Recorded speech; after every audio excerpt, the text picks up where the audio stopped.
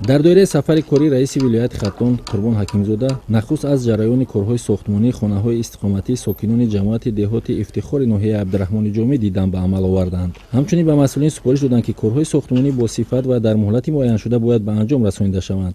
Сокинони ноҳия аз дастгириву ғамхориҳои ҳукумати ҷумҳурӣ изҳори миннатдорӣ карда, афзуданд, ки маҳз таваҷҷӯҳи пешвои миллат буд, ки онҳо саривақтӣ бо масолиҳи сохтмонӣ таъмин ва дар муҳлатҳои кӯтоҳтарин соҳиби манзили истиқоматӣ мегарданд. боздиди раиси вилояти Хатон муҳтарам Қурбон Ҳакимзода дар ноҳияи Ҷайҳун нахуст аз хоҷагии деҳқонии фотеҳиёни ҷамоати деҳоти Қумсангир оғоз ёфт. Хоҷагии деҳқонӣ номбурда дар 16 гектар доман густурудааст, ки ҳамасола саҳмдорони он бо истифода аз таҷрибаи андӯхтаи хеш парвариши маҳсулоти гуногуни кишоварзиро ба роҳ монда, аз заминҳои дар ихтиёр дошта самараи дилхоҳ ба даст меоранд. кишоварзони хоҷагии деҳқонии фотеҳиён дар қисмати аз заминҳо боғ бунёд карданд, ки қатори байни он парвариши маҳсулоти кишоварзӣ натиҷаи дилхоҳ медиҳад.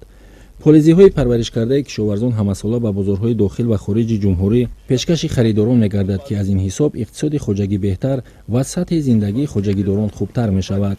бо назардошти талаботи бозор кишоварзон дар баробари парвариши лимӯ парвариши анорро низ дар гармхона роҳандозӣ карданд ва дар сурати натиҷаи мусбат додан масоҳати гармхонаро васеътар мекунанд.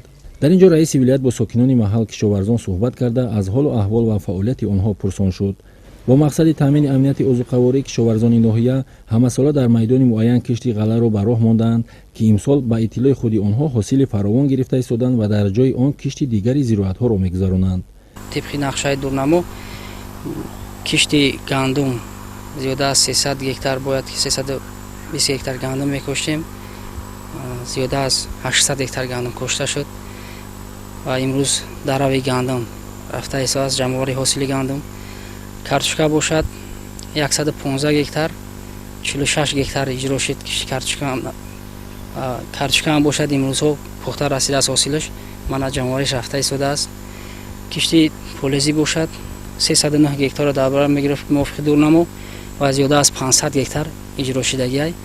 мана нашонамои полезиҳо дар ҳолати хуби нашонамо қарор доранд ва худо хоҳад ояндаи наздик ҳосили полезиҳо ҳам пухта расида мешавад. ҳам 3-4 рӯзаан аллакай деҳқононе ки дар кӯлоқ мегӯем стакан тарбуза дар гармхонаҳо аввал тарбия кардан баъд дар даруни замин баровардан ва ё пешқадамош пухта расиданд имрӯзҳо.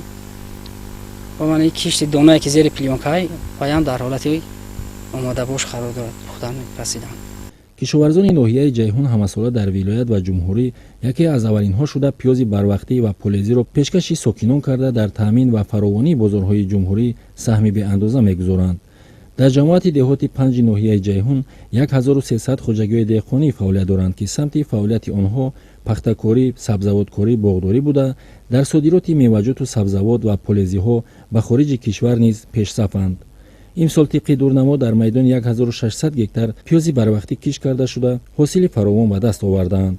деҳқононро яку якбора арзон шудани пиёз бештар нигарон кардааст. харидорон аз сари замин ба ҳар 1 килограмм пиёз 30-35 дирам нархгузорӣ кардаанд, ки дар ин сурат кишоварзон ҳатто хароҷоти кардаи худро пӯшонида наметавонанд. аз ин рӯ аксарият ҳосили ҷамъоваришударо дар сояи дарахтон ва лаби ҷӯю каналҳо ғарам карда интизори онро доранд, ки бо нархи зиёдтар фурӯшанд. имрӯз ҳосили пиёз хуб аст. мана шумо шоҳиди ҳол ҳастед ки пиёз ҳама маҳсулот деҳқон тайёр кардааст, аммо аз сабаби набудани харидор мана оварда ҳамҷонда сояҷогонда тави тут қаторо ҳамхеле ҷонда захира кардастанд ва нархи наво ҳам ҳозир 30 дирам 40 дирам пурсидаистанд, ки албатта ин бар зарари худи деҳқон мешавад ва нарх ҳам нокифоя 30-40 дирам. мутаассифона имрӯзҳо нарх хеле паст аст.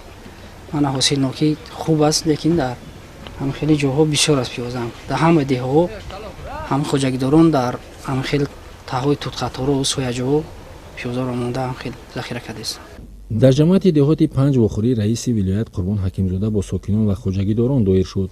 раиси вилоят сараввал аз вазъи сиёсӣ иқтисодии вилоят сухан карда, аз рафти иҷрои дастуру супоришҳои сарвари давлат бобати истифодаи самараноки замин, қоидаҳои беҳдоштӣ, захираи маводи хӯрока, вусъат бахшидан ба корҳои ободониву созандагӣ, захираи хӯроки чорво ва дигар масъалаҳои рӯзмарра пурсон шуд. қайд гардид, ки маҳз меҳнати фидокоронаи кишоварзони ноҳияи Ҷайҳун аст, ки ҳамасола содироти маҳсулоти кишоварзӣ рӯ ба афзоиш дорад. вале вазъи иқтисодии хоҷагидорон дар сурати арзон ба фурӯш рафтани пиёзи барвақтӣ беҳбудӣ намеёбад.